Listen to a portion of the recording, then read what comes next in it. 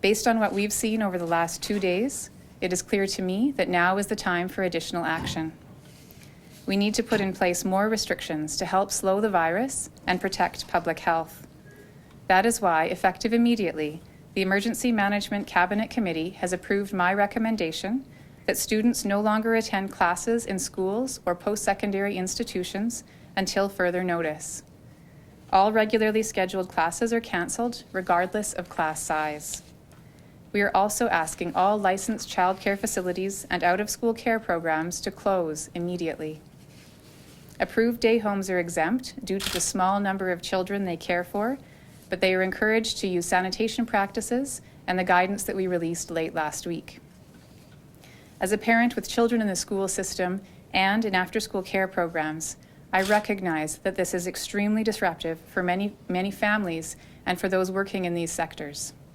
This is not a decision that we are making lightly.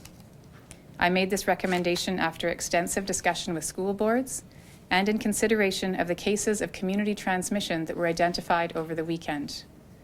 To be clear, we are not closing schools. Teachers and other school staff should continue to come to their schools to plan potential alternatives for students, particularly those in grade 12. I ask parents to keep their children from gathering in large groups, as the purpose of this recommendation is to prevent the spread of the virus. I know that many parents, childcare workers, and teachers will have a lot of questions.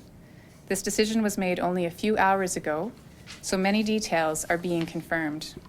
In terms of classes being canceled, that means all classes are canceled for all grade levels, and so we would be requiring that students stay home. No students are to attend school starting tomorrow.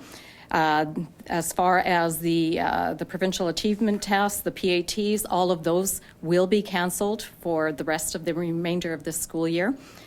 The diploma exams, we will only be providing diploma exams that are essential for grade 12 graduates to be able to meet their post-secondary requirements. But again, this is fluid. As we've heard, we are in unprecedented times, and I will be discussing with Minister Nicolaitis, Minister of Advanced Education, on how we can move forward in this area.